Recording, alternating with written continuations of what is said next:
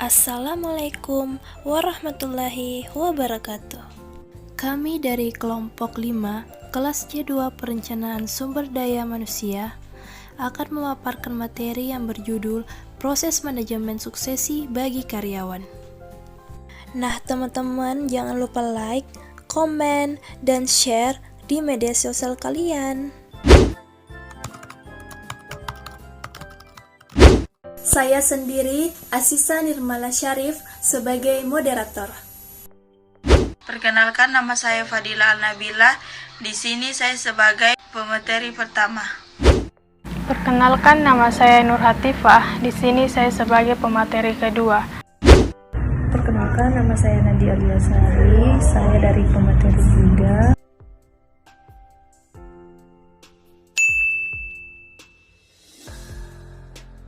Pengertian manajemen suksesi. Perencanaan suksesi adalah proses antisipasi kebutuhan manajerial staffing di masa yang akan datang, serta pembuatan perencanaan untuk pengembangannya. Perencanaan suksesi ini adalah bagian dari perencanaan sumber daya manusia. Perencanaan sumber daya manusia awal difokuskan pada peramalan kebutuhan sumber daya manusia di masa depan, serta cara pencapaiannya, tujuan program yang kemudian berkembang. Materi selanjutnya akan dibacakan oleh rekan saya.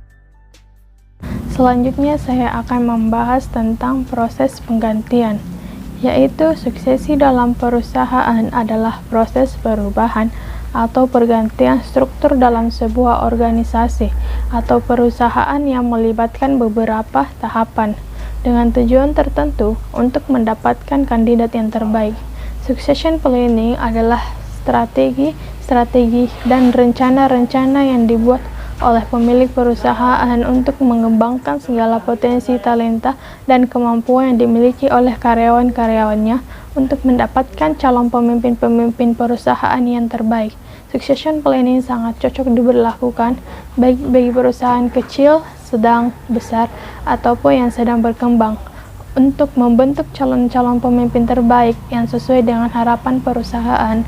Pada succession planning, perusahaan akan menentukan kemampuan, keterampilan, keahlian, dan segala kompetensi apa saja yang harus dimiliki calon pemimpin atau petinggi-petinggi perusahaan di masa depan. Ada dua contoh proses penggantian atau successor, yaitu yang pertama, penggantian jangka pendek, di mana di sini karyawan yang sedang sakit atau mengambil cuti kerja. Kedua, penggantian jangka panjang, di mana karyawannya sedang resign. Ada beberapa penerapan succession planning yang perlu dilakukan dalam perusahaan. Pertama, mempersiapkan calon-calon pemimpin.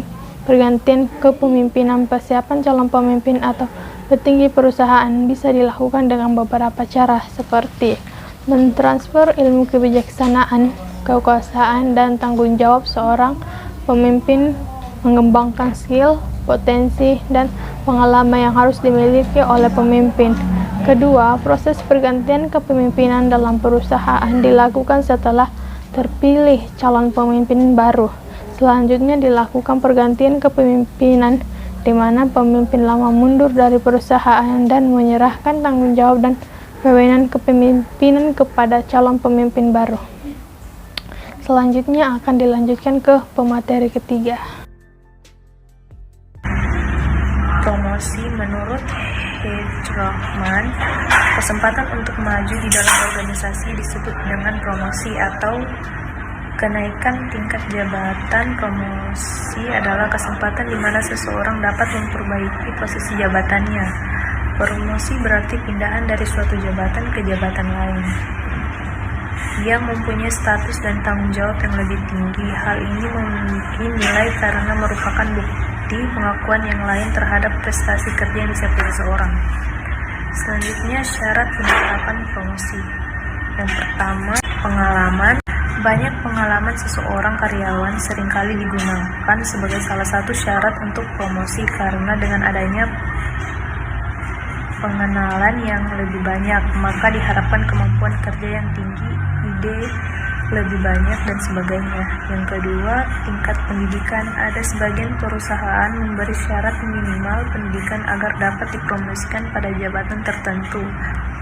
Hal ini mempunyai alasan bahwa dengan pendidikan yang lebih tinggi maka dapat diharapkan karyawan yang memiliki jalan pemikiran yang lebih baik.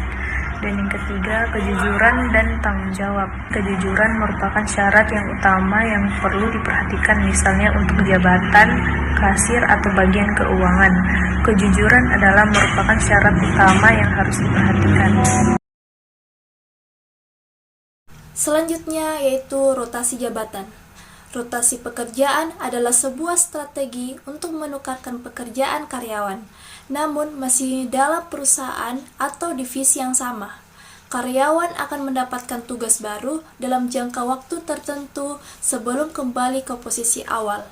Tujuannya untuk meningkatkan fleksibilitas hingga keterlibatan karyawan, khususnya bagi karyawan yang masih muda, mereka dapat meningkatkan karir tanpa perlu keluar dari perusahaan dengan program ini. Adapun kelebihan melakukan rotasi pekerjaan, ada 3. Yang pertama, mengurangi rasa bosan. Yang kedua, mengembangkan keterampilan. Dan yang ketiga, mendapatkan pengetahuan lebih tentang perusahaan. Tantangan melakukan rotasi pekerjaan, yang pertama, risiko menurunnya produktivitas. Kedua, rotasi pekerjaan mungkin mengecewakan karyawan. Dan yang ketiga, tidak cocok dengan perusahaan Anda. Nah teman-teman, itulah tadi penjelasan dari pemaparan materi kita yang berjudul Proses Manajemen Suksesi bagi Karyawan. Nah semoga teman-teman dapat memahami materi yang kami bawakan dan semoga bermanfaat buat kalian semua.